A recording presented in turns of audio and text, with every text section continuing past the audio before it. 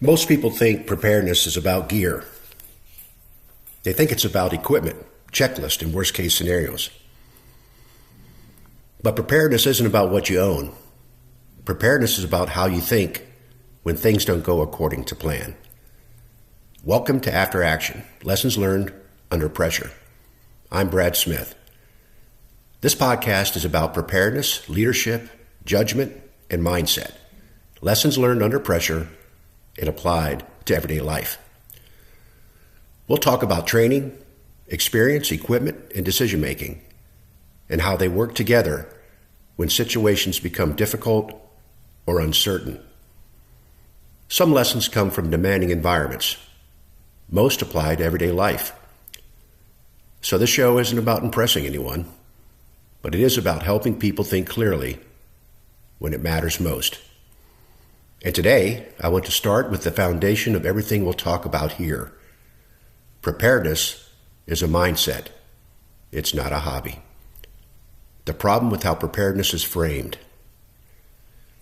Preparedness has been turned into a lifestyle brand. It's often framed as owning the right gear, watching the right content, identifying with a label, signaling readiness. But none of that guarantees competence. Preparedness isn't something you buy into. It's something you build. So throughout this podcast, I'll occasionally share experiences from my background, not trying to impress anyone, but to provide context for the lessons we're discussing. The stories will always connect to the topic at hand and the principles behind it. So let me share one example here. When I attended the Special Forces qualification course, there was a phase at the time called pre-phase. It was later replaced by what's now known as SFAS, or Special Forces Assessment and Selection. The packing list was intentionally vague, which gave candidates a lot of flexibility in what they brought. People showed up from all across the Army, combat arms and combat support, with a wide range of experience. Some had deployed downrange and some hadn't. It was a true cross-section. And some folks arrived with impressive gear, brand new equipment, high-end boots, advanced navigation tools. Now, I'll be honest, I was impressed. It looked very professional. As a matter of fact, it looked prepared. But later, during long ruck marches and challenging land navigation, often at night, over difficult terrain, some of those same individuals struggled. Some fell out, others couldn't complete the course. I'm not saying this to criticize anyone. Anyone who volunteers to serve at a higher level deserves respect. And they certainly have mine. But the lesson stuck with me. You know what? The gear didn't feel them. The basics were never fully built. Physical preparation wasn't where it needed to be, and just as importantly, neither was mental preparation. As a matter of fact, they were trying to run before they learned how to crawl and walk. And that's something that I've seen repeated far beyond the military. When pressure hits, equipment can't compensate for missing fundamentals. Preparedness isn't about what you own. It's about what you've built mentally and physically long before the moment arrives. Clarifying the role of equipment. Now, I want to be very clear about something. Equipment matters. Training matters. Experience matters. I spent years working in the defense equipment industry after my military service, and I've seen firsthand how the right tools can make a real difference. But equipment works best when it supports good judgment, not when it replaces it.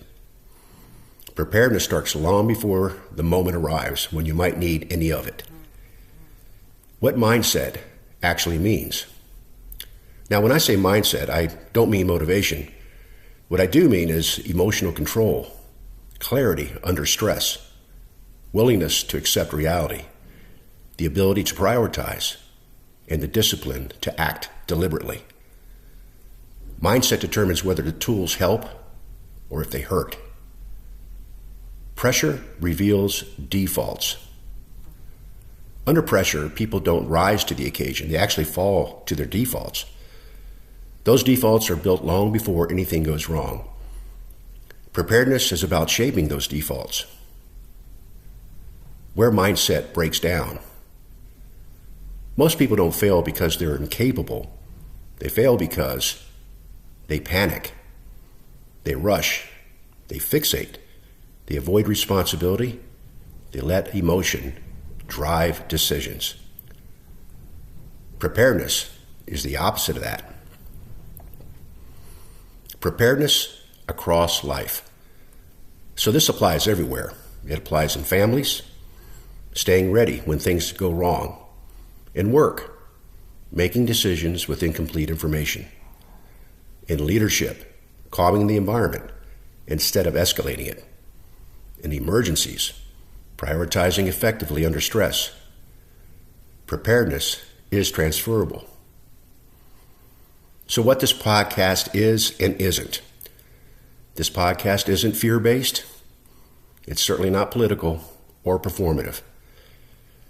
It does draw lessons learned from demanding environments, but those lessons learned apply to ordinary decisions people make every day. This show is practical, grounded, experience-informed, and applicable to real life. If you want hype, this isn't the place. But if you want clarity, it certainly is. Drill of the week. At the end of each episode, I'll share a simple drill that you can apply immediately. So here's the first one. This week, notice how you respond to small stress, traffic, deadlines, unexpected problems. And then ask yourself, did I react or did I respond? Did I narrow the problem or let it expand? Did I stay calm or escalate internally? That awareness is where preparedness starts. Bluff recap. So at the end of each podcast, I'll do a quick recap, which I like to call the bottom line up front, or the bluff. So here we go with the bluff. Preparedness is how you think under pressure. Equipment supports mindset. It doesn't replace it. Defaults decide outcomes. In closing, preparedness isn't about being tactical. It's about being useful. It's about thinking clearly when others can't. And that's what this podcast is about. So thanks for being here for the start of Season 1. And remember, stay sharp, stay ready.